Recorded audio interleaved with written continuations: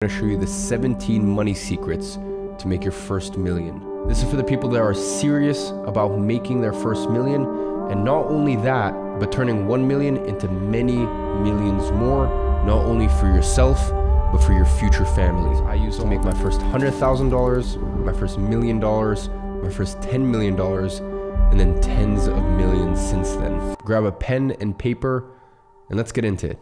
So the first secret is that money is a never-ending game, and you should treat it as such. I understand your position. You're looking at $1 million and you're thinking, wow, if I had $1 million, my life would totally change. And yes, of course, your life will get better, but just understand, when you reach your first million, what do you think? You're gonna stop the game? You're gonna be happy?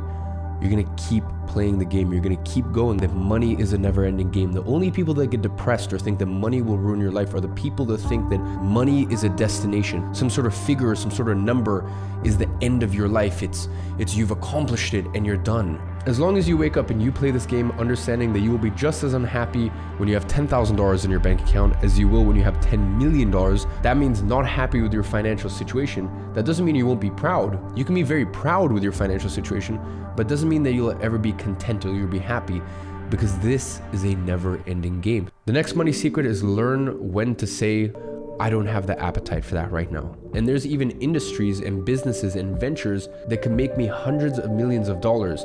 And I say, I'm sorry, I don't have the appetite for that right now. So you need to understand when to pick the right vehicle and when to pick the right opportunity for your career stage. It's fine to understand that there are certain opportunities that you simply don't have the appetite for right now. And that doesn't mean that you'll never have the appetite for it.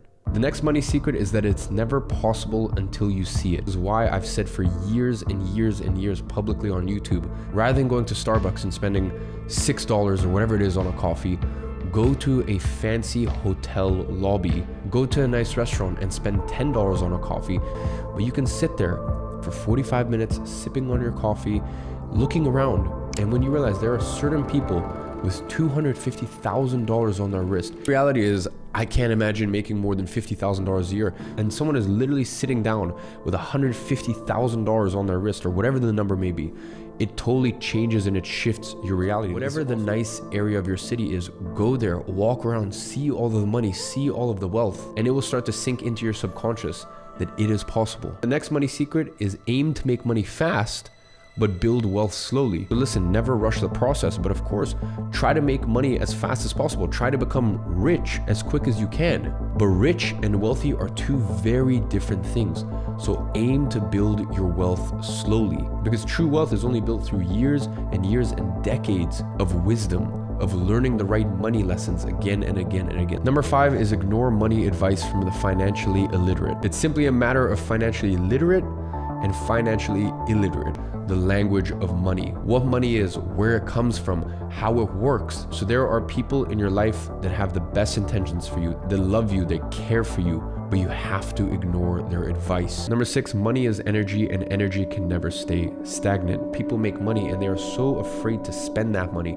They're so afraid to circulate that money back into the economy that they just end up losing it all somehow. Or they may not lose it, but more money never flows to them. Money is energy. It's inflow and it's outflow. Number 7 is you need to build your peace of mind pot. So from day one, if you can build your peace of mind pot, then that's great. And bear in mind, in my opinion, the older that you get and the larger that peace of mind pot gets, the more income that comes in, the higher the percentage that you can spend. So I'm not saying for the rest of your life, you need to put away, 80% of everything that you make. I'm just saying at the beginning, really build that peace of mind pot, so that way you're not going into your career stressed, but instead can focus because you understand that you're good. The next one is money is an identity. You do not get what you deserve, you get what you think you deserve, because what you think you deserve dictates your actions, and your actions dictate what you actually get in life. All the way to the person that just has an identity that they are not someone who is worthy or deserving of money. This is why I always tell people, go buy that $12 coffee at the hotel. Go into these affluent areas and just understand that these are normal people. They move differently, they talk differently, they carry themselves differently, but at the end of the day, these are just normal people. Now, the next one is that reputation can never be rebought. In life, you need to understand that you will always have the opportunity to make more money, but your reputation is almost impossible to claw back. Understand that your reputation will live with you for the rest of time. Your reputation carries on because just like Chinese whispers, people will talk and talk and it will continue to permeate. Never ever put it at risk because it's very hard to rebuy. Now the next one is ask the hard questions before you get into a working relationship with someone. So just understand that it is much better to ask the awkward, uncomfortable, personal questions ahead of time and get it out of the way, because then you truly understand who you are going into business with and who you are working with. Now, number 11 is that one man's opportunity is another man's downfall. So just understand that not all opportunities are created equal. You need to assess an opportunity based on where you are in your career, what you're like as a person, your strengths, your weaknesses, as well as your risk tolerance, how averse you are to risk. And not only risk, but stress. So really just understand that concept when assessing what the next step is for you. The next one is that money flows where attention goes. So this is why it's very important that you audit where are you actually putting your attention, because wherever you're putting your attention, if you're putting it in bad things, for example, like video games, if you want to make your first million, if you are hungry, why on earth do you own a gaming console? You're also preventing yourself from actually going out and increasing your earning potential and getting closer to making that first million. So be very careful what you have in your environment, because as I said, money flows where attention goes. The next one, and this is very important if you are thinking about buying something, is if you damaged it or lost it, would it sting? Would it ruin your week or your, couple weeks or months? It's simply not worth it, and you are not at a stage in life where you can afford it. You can never get to a stage where the things you own end up owning you.